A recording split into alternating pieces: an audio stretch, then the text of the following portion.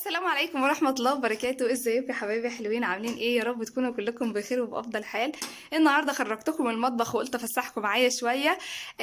حبيت اقدم لكم فكرة بسيطة ازاي ننظم الاكسسوارات بتاعتنا، او انا منظماها ازاي. زي ما انتم شايفين كده انا هحكي لكم كل حاجة بالتفصيل ان شاء الله. اول حاجة البوكس ده او العلبة دي، دي اصلا مش بتاعت اكسسوارات اصلا، دي المفروض ان هي علقة مفاتيح. ايوه، علقة مفاتيح بتتباع وهي معمولة اصلا على الاساس ده.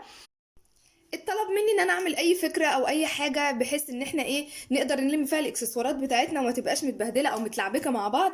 ففكرت في الفكره دي بصراحه، هي في دماغي من فتره. زي ما انتم شايفين البتاعه دي اصلا المفروض ان هي بوكس او علقه مفاتيح، بتتباع على اساس ان هي علقه مفاتيح.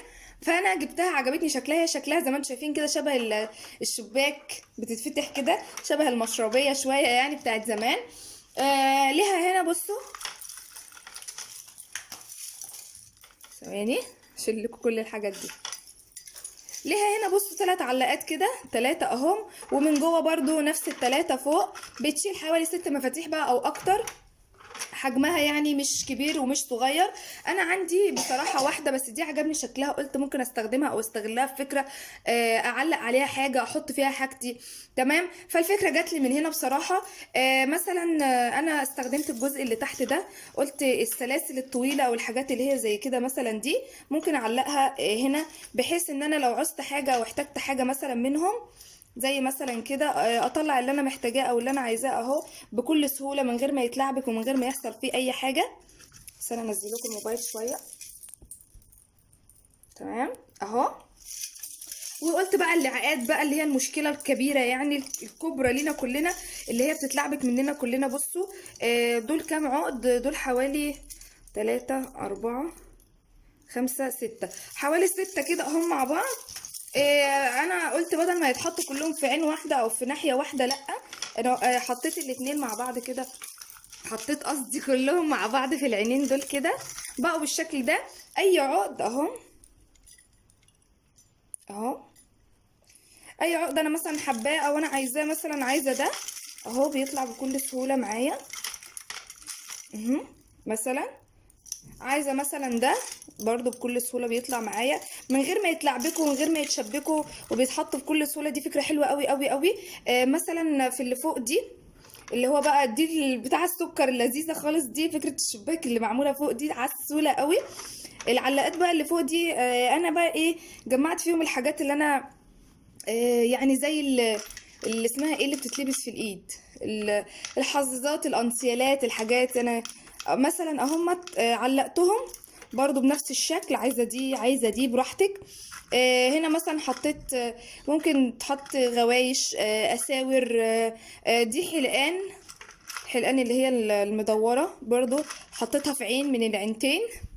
وهنا بقى انا مش من هواة الساعات قوي يعني، فهنا حطيت الساعات بتاعتي. بس ده شكلهم شكل جميل. وفكرت بقى مثلا لو انا عندي خواتم وعايزه استخدمها او عايزه اعملها، ممكن مثلا استغل المكان ده كده في الخواتم، احط الخواتم بتاعتي كده او اي شكل بقى او اي حاجه او باي طريقه. ممكن استغل مثلا دول، مش عايزه احط هنا او انا عايزه ازود هنا كده، براحتك خواتم.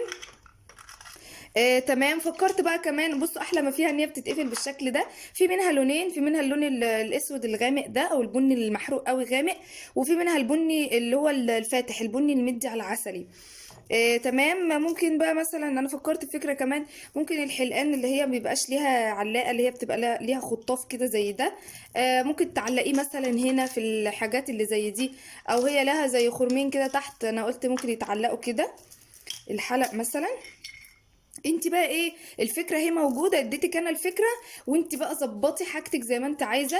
بالنسبه للناس اللي هتعجبهم الفكره يا جماعه، يا ريت تقولوا لي في الكومنتات. ولو عجبتك طبعا الفكره وعجبك الفيديو، يا ريت تعملي لايك وتفرحيني ان الفكره عجبتك. ولو شايفه حضرتك ان الفكره تافهه ومش عاجباكي او كده، مش مهم يعني، يشرفني انك شفتيها ويشرفني ان انت دخلتي قناتي اصلا. بس انا بقدم الفكره دي زي ما قلت لكم للناس اللي هتستفيد منها. الناس اللي هي مش حابه او مش شايفه ان هي مش هتستفاد منها، خلاص ما فيش اي مشكله خالص. زي ما قلت لكم كده انا نظمته وظبطته اهو، لم كل الاكسسوارات مثلا بتاعتي. انا بتكلم عن نفسي، يعني هي دي تقريبا كل الاكسسوارات بتاعتي. ممكن بقى استغل الرف اللي فوق خالص. بصوا كده في رف فوق اهو، ممكن احط عليه مثلا، ترص عليه مثلا مانيكير زي ما انا عامله مثلا كده اهوت. تحطي مثلا عليه ازازه برفان مثلا غاليه عليكي. عايزه تحطي عليه الروجات بتاعتك، اي حاجه بقى براحتك خالص. زي ما قلت لكم الفكره اهي موجوده، وانت طوري فيها زي ما انت عايزه.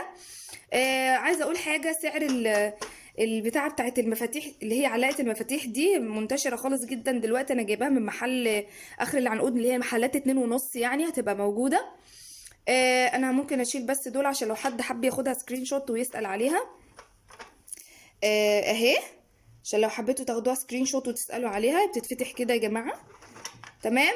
هي انا كنت جايباها ب 15 جنيه. ب 15 جنيه، سعرها مش ازيد من كده. بس هي انا شفتها بعد كده في محل تاني كانت ب 20 جنيه. يعني هي فرنج من 15 ل 20 جنيه. يعني عملنا او جبنا منظم اكسسوارات في بيتنا وبالشكل الشيك والجميل ده ب 15 او 20 جنيه، يا بلاش. عايزه اقول حاجه كمان، بصوا هي من جوه هنا لها مكانين لمسمارين بتتعلق بمسامير زي ما انتم شايفين المسامير كده. انا على قد معرفتي يعني عملتها. انا ايه مش شاطره قوي في موضوع التخبيط والمسامير والكلام ده. تمام. بس هي دي الفكره اللي انا كنت حابه اقدمها لكم النهارده. يا رب تكون عجبتكم، يا رب تكونوا استفدتوا منها بحاجه بسيطه. حد هيسالني يقول لي ده ايه علاقته بالمطبخ؟ والله مش عارفه، بس انا يعني ما بحبش اكون استفدت من حاجه وما فدتش بيها غيري، وخصوصا لما تكون حد طلبها مني يعني. بس كده خلاص. اتمنى ان شاء الله فيديو النهارده يكون عجبكم حبايبي حلوين، ومستنيه رايكم في الكومنتات بقى، تقولوا ايه رايكم في الفكره. ولو عجبتك بالله عليك ما تنسيش تعملي لايك على الفيديو، هتفرحوني والله العظيم. استنوا بقى عشان اختم كده على رواق اظبط لكم الفيديو. تمام. بس كده خلاص. في النهاية حابة اقول لكم بتوحشوني وهتوحشوني والله العظيم ان شاء الله بإذن الله. هحاول ما اتأخرش عليكم بعد كده في فيديوهات. الناس الجديدة عندي في القناة ونورتوا قناتي، انا مبسوطة جدا جدا بيكم. يا رب كده تفضلوا فيها دايما وتبقى عند حسن ظنكم، وتزيدوا يا رب كمان وكمان ان شاء الله.